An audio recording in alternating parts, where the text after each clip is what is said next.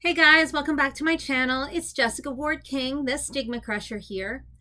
Today I want to talk to you about something that has been on my mind for sure over these last few weeks, and that is weight. Not the weight is over kind of weight, but rather heaviness or weight and mental illness and their interactions and how it plays out over life. Because I have had a battle with my weight my whole life. And part of that is due to, I'm sure, genetic factors and diet and exercise and the way I was raised and all those things. Although, to be fair, I wasn't raised any differently than my brother, who was being pole as we grew up, or my parents, who were themselves thin as well. But nonetheless, I have battled with weight my whole life. And when I started struggling with my mental health and started to go to get depressed, my weight only got worse. So I got heavier. And part of that is the sedentariness of it all. So as you get more depressed, generally speaking, a person gets more sedentary. There's more sleeping, often more eating, and eating things that are less healthy, more already prepared processed foods rather than fresh prepared snacks. And so healthy eating habits go down the drain. You're eating more to get fulfilled. Often, even with depression, there's this sense of eating for spiritual or emotional fulfillment. And I certainly fell into that category. And so I was sleeping too much, eating too much, not exercising enough, and the weight piled on. And then when I started to take antidepressants, a lot of antidepressants cause weight gain or can cause weight gain in some people. And so a lot of the medications I was taking would cause a little bit of weight gain. And then when I was diagnosed with bipolar disorder and started taking anticonvulsants, so mood stabilizers. Things like lithium are not so bad, but things like valproate are a little bit worse for weight. Newer anticonvulsants or mood stabilizers like topiramate or Topamax actually can cause you to lose weight, and that's part of why I'm on one of those now. But I was for a long time on mood stabilizers that could cause you to gain weight. And then when those weren't working either, and I was put on antipsychotics, well, that's really saw a ballooning in my weight. Antipsychotics like Seroquel is a huge offender for this. No pun intended. Seroquel causes you to be more sedentary. It literally, I would have to take it like at 7 o'clock at night and be in bed by 9 o'clock at night, or probably earlier, just so that I could be awake by like 8 o'clock the next morning. Like, it was more than a 12-hour span that I needed to be asleep. So a lot of sleeping. Even when I woke up, I was still pretty groggy. So there was no getting up early for the gym. There was no excess energy to exercise with. And we know that even outside of its sedentary effects, Seroquel causes you to pack on the pounds, and pack them on I did. And when I was 30 years old, I had a Roux-en-Y gastric bypass, because at that point I was at my heaviest weight, 411 pounds. And it was to the point where something either had to change, or I was going to get those terrible health effects. Like, I was already struggling with obstructive sleep apnea just because the weight of my own neck was causing my throat to close when I was sleeping. I was pre-diabetic. I had high blood pressure. So the effects on my body were starting to get worse and worse, maybe even becoming permanent, right? And so it was time to do something. All of the diets that I'd tried, all the exercising that I tried that I was able to do hadn't worked. And so I tried the Roux-en-Y gastric bypass, and that was really successful for me. I got down at my lowest weight to about 200 pounds, so I lost more than half my body weight. which for a gastric bypass, that's very, very successful. And even now, more than 10 years on, so just a little bit more than 10 years on, I have regained. That's normal too from a gastric bypass, that there's some regain, but I haven't regained an inordinate amount. We still consider the gastric bypass successful. Now, that said, I to this day can remain on an antipsychotic and a mood stabilizer. I'm finally off an antidepressant, so that's no more in the cocktail. But I'm still on medications that cause weight gain, and I am not happy with my body. I am not happy with my weight. And I know that bipolar disorder, which is, if you're new here, which is what I struggle with, it can cause, we know that there is something different about the guts of people with bipolar disorder. We know that obesity is more common in people with bipolar disorder, up to 30% more common. We know that the gut microbiome is different in people with bipolar disorder than it is in people without. We know that similarly in people with psychosis like schizophrenia or schizoaffective disorders, again, prediabetes or diabetes is much more common. Obesity is much more common. And so in these related disorders, we find that there is actually a metabolic issue, a problem in terms of metabolizing the things you need from your food and getting rid of the fats and the other waste products. And so I've started Ozempic. And that is why I say, so for those of you that don't know, Ozempic or semaglutide is actually a medication that they developed to treat diabetes, and that they really rapidly in clinical trials, they were giving it to people with diabetes, often whom have weight issues, and they were finding that those patients were losing weight, 15, maybe 20% of their body weight. And so very rapidly, doctors were saying, well, this isn't just a diabetes drug, this is also a weight loss drug. And they started prescribing it off-label for weight loss. What that means is they were prescribing it for a purpose that it was not designed for and not approved for. So it was FDA approved, it was approved as safe in patient groups, but those patient groups were diabetes patients, not typical patients who were obese. Now, the controversy that has erupted around this is that obviously obesity is a huge problem here in North America, and there were large amounts of people that wanted this weight loss drug that could, almost promise them a 15 to 20% of their weight lost. And so a ton of people started taking this, far more than the supply chain could actually withstand.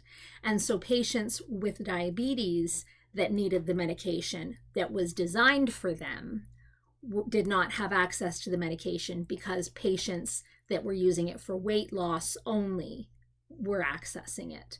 And so that was the whole uproar recently. And I believe it's still an uproar in some places in the United States. Here in Canada, it isn't. We do have it licensed.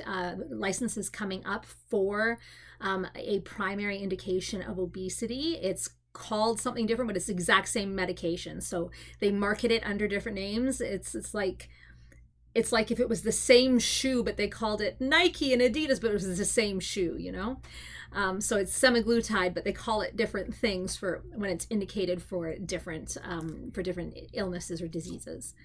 And so I've started taking that. And what it is it's an injection once weekly. And you start out slowly and build your way up. And some of the side effects that it can have are mostly on the digestive system. So nausea, vomiting, gas, bloating, diarrhea, constipation, all that kind of stuff. Now, I already live with I was just about to say chronic fatigue syndrome. I live with that. But with irritable bowel syndrome, the constipated type. And that, again, is more common in people with bipolar disorder. So I've got kind of the bipolar gut going on. So I was like, constipation, diarrhea, no problem. That's my thing.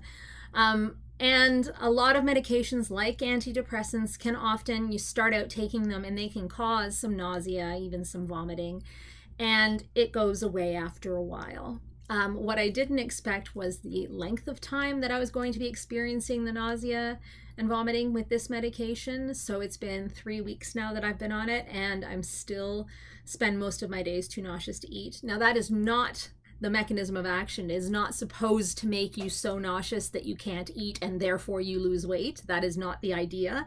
The idea is that you actually just don't get hungry.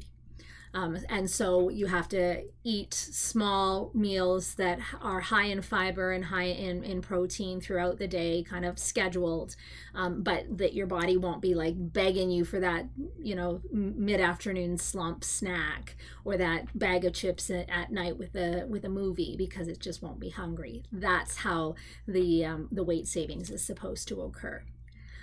So what I figure, I'm still doing it. I injected myself again today for another week full of nausea. Hopefully not. Hopefully I'll get used to it. I will go up a dose in a couple of weeks' time and probably start the nausea cycle again.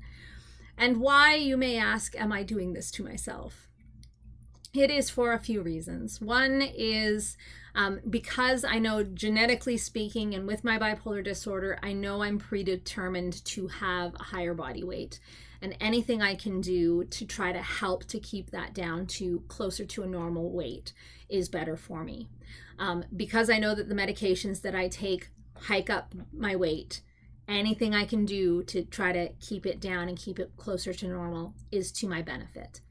And so when diet and exercise haven't been enough, then medication means is something that I'm willing to try, especially since that I did do the surgery. So obviously I'm willing to go to great lengths to get myself to a more healthy weight so that I don't have those complications.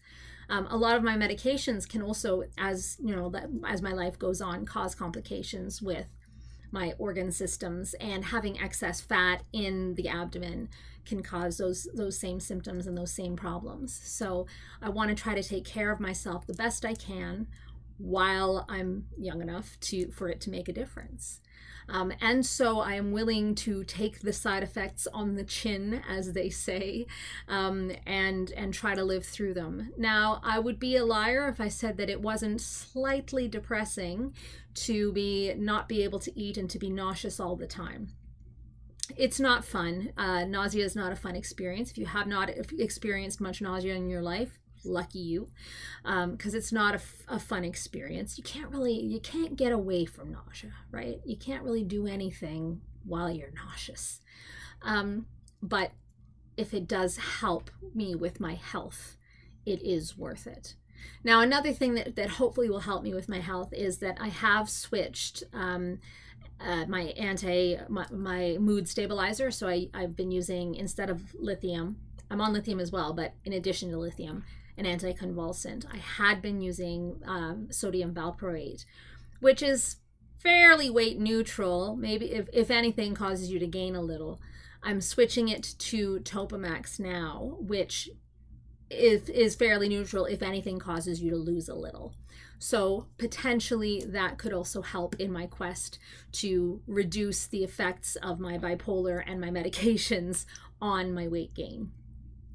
So if you are in a similar situation, whether it's because you have bipolar or a schizoaffective disorder, schizophrenia, or depression or anxiety, taking psych drugs in general, if you're having any of these problems with your medications that are causing you to gain weight, or trying to exacerbate the weight that you already have on you, just know that there are different options. There are different medical options. So there are different surgeries that you can get. There's not only the Roux-en-Y gastric bypass, which is what I have, but there's now different ones, a gastric sleeve, for example.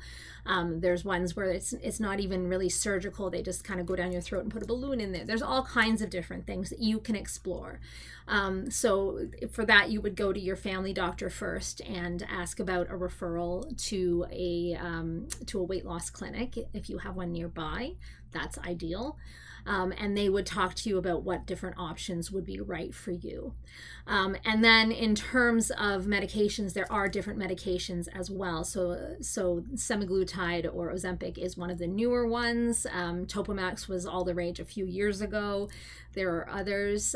So your doctor would also be able to talk to you about what might be right for you in trying to counteract the effects of your illness, counteract the effects of your medications, or counteract the effects of both. So I hope that this video has been helpful to some of you. To others, I hope that you are not struggling with this and this video has been completely superfluous. I hope that very much for some of you. But please do, if you are sharing in this struggle with me, I would really appreciate some words of encouragement, because as much as you know me, and I smile through my videos for sure, and I put on the hair and the makeup and the clothes and do the thing, I'm struggling a little bit right now. So any encouragement that you have, that you can give me through this period, this trying period with the Ozempic, and with the bipolar, I would really appreciate it. Sharing our stories is always helps me when someone shares a bit of their story in their life with me. So take care of yourselves this week. Oh, I know, there's one last thing. I promised you I would show you when I had gotten it all finished, and so I will. My tattoo is all colored in and finished. What do we think? Feel free to comment on that too if you like. Me personally, I love it. Looks just like I thought.